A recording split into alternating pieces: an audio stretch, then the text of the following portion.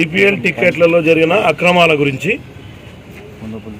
ఇప్పుడు మేము ఇక్కడ కంప్లైంట్ చేయడానికి లోపలికి వస్తే ఆఖరికి పోలీస్ స్టేషన్లో కూడా ఇప్పుడే మళ్ళీ ఒకడు 20 టికెట్లు తీసుకొని దొరికినాయి. 20 టికెట్లతో పోలీసు వాళ్ళు తీసుకొచ్చి లోపల పెట్టారు వాళ్ళు.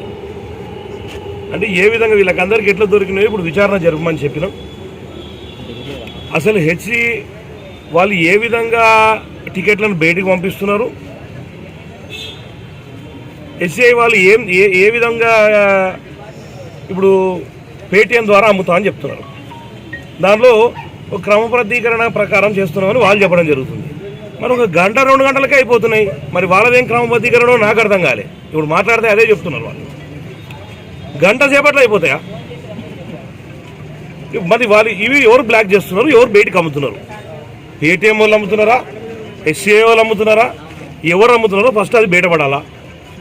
దానికి సంబంధించినది కాకుండా దాంతోపాటు ఎక్కడైతే క్రికెట్ అభిమానులు ఉన్నారో వాళ్ళందరినీ, అంటే ఈ క్రికెట్ అభిమానులు ఎవరైతే ఉన్నారో వారికి ఆశ చూపించి వారి అభిమానాన్ని ఈరోజు డబ్బు రూపంగా మార్చుకునే పరిస్థితుల్లో ఎస్సీ తయారైంది. ఈరోజు ఈ చెడ్డ పేరును కాంగ్రెస్ ప్రభుత్వం మీద రుద్దే పరిస్థితిలో ఉంది. ఈరోజు ఒక ఓటుతో గెలిచినటువంటి ఆయన ఇది మాట్లాడితే మరి ప్రభుత్వం వచ్చిన తర్వాత ఇక్కడ జరిగేటటువంటి చట్టపరమైన విషయాలు ఏదైనా దాని మీద ఖచ్చితంగా చూసే వాళ్ళందరూ కూడా కాంగ్రెస్ ప్రభుత్వం వచ్చినాక ఏం ఇది జరుగుతుంది అనే ఒక మార్కు తీసుకొచ్చే ఒక పరిస్థితి కనపడుతుంది.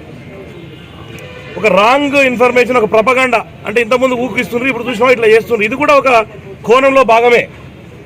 ఇట్లాంటి తప్పుడు సమాచారాన్ని ప్రజల్లోకి పంపే విధంగా ఇప్పుడు ఆ ఎస్సీఐకి మాకు సంబంధం లేదు. ఎంతోమంది యువకులు ఫోన్ చేసినారు, చాలామంది, అన్న ఏందన్నా ఇట్లా జరుగుతుంది, ఏందన్నా ఇట్లా జరుగుతుంది, ఏంది పరిస్థితి అంటే వాస్తవానికి ఈరోజు ఎక్కడైతే అక్కడ మేము యువజన కాంగ్రెస్ మొత్తం కూడా పిల్లలందరూ రావాల్సి ఉండే. మన ప్రభుత్వంలో జరుగుతున్నటువంటి ఈ కార్యక్రమాన్ని మనం అడ్డుకోవడం పద్ధతి కాదు. దాన్ని ఎంతోమంది కొన్నారు, చాలామంది అఫీషియల్గా. అది పద్ధతి కాదని చెప్పేసి ఎస్సీఐ మీద, ప్రెసిడెంట్ మీద, ఆ కమిటీ మీద, సెక్రటరీల మీద, దీని మీద జరిగిన అవకతవకలన్నింటినీ ఏమేం చేసినారు, ఏ విధంగా ఎవరికి ఏ ప్రక్రియ ప్రకారం తీసినారో వాటన్నింటినీ కూలంకషంగా చెప్పాల్సిన బాధ్యత, ప్రజలకు చెప్పాల్సిన బాధ్యత. మన సినిమా టికెట్ కోసం 2 నిమిషాలు తెలిసిపోతుంది మనకు ఏ సీటు బుక్ అవుతుంది, ఏ సీటు బుక్ అయితే లేదు అని. అది అట్లా బుక్ అయిపోతే గంట సేపటి ఎట్లా బంద్ అవుతాయి? వెంకటేశ్వర స్వామి గుళ్ళ దర్శనానికన్నా 2 గంటలు అవుతారు, దీనికి అరగంట స్పీడ్గా అయిపోతున్నాయి. అంటే వీళ్ళు బ్లాక్ చేయడం, ఇట్లా తప్పుడు సమాచారం ఇట్లా అమ్ముకోవడం. ఇప్పుడు మేము ఈ కంప్లైంట్కి వస్తేనే 20 మంది, ఈ రోజు వరకు 29 మంది దొరికినారట. 29 మంది వాళ్ళు దొరికినారు. ఇప్పుడు మళ్ళీ 20 టికెట్లు తీసుకొని ఒకటి దొరికింది మళ్ళీ. అంటే ఎక్కడ ఇంతమంది ఏడుకెళ్ళి వస్తున్నాయి టికెట్లన్నీ, ఎట్లకెళ్ళి పుట్టుకొస్తున్నాయి ఇవన్నీ? ఎవరు అమ్ముతున్నారు, ఎవరు ఇస్తున్నారు? అదేవిధంగానే పోలీసు వాళ్ళకు కూడా ఇప్పుడు అదే చెప్పినాం, సిఐ గారు కూడా చెప్పినాం. ఖచ్చితంగా వాళ్ళ దగ్గర నుంచి ఎవరు వాళ్ళకి ఇచ్చినారు దాని మీద ఎంక్వైరీ చేయమని చెప్పి ఇప్పుడు కోరడం జరిగింది. దీన్ని వదిలే ప్రసక్తే లేదు. ఖచ్చితంగా జగన్మోహన్ రావు ఎవరెవరికి ఏ విధంగా బయటికి పంపించిండు. టీఆర్ఎస్ వాళ్ళకేమో మొత్తం స్టేడియంలో ఫ్రీ పాస్ అని టీఆర్ఎస్లే కనపడుతున్నారట ఎక్కడ చూసినా కూడా.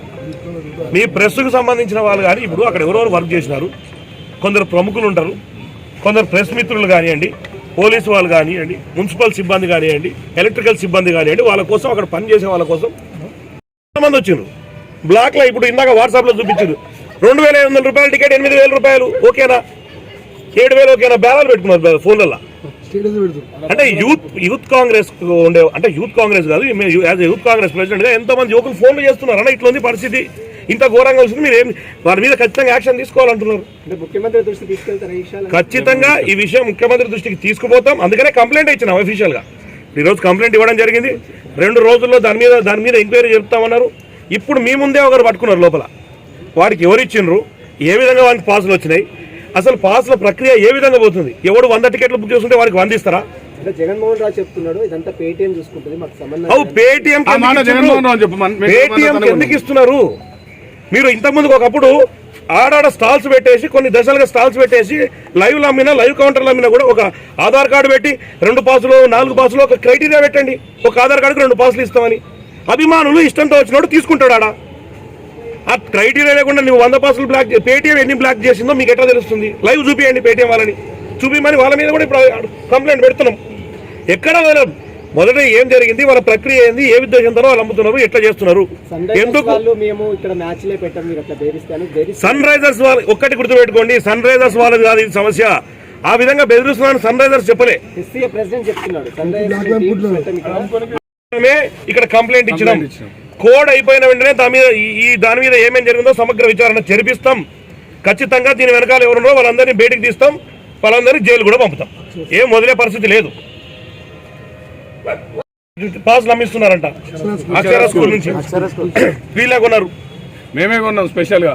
లాస్ట్ చెన్నై మ్యాచ్ కి 20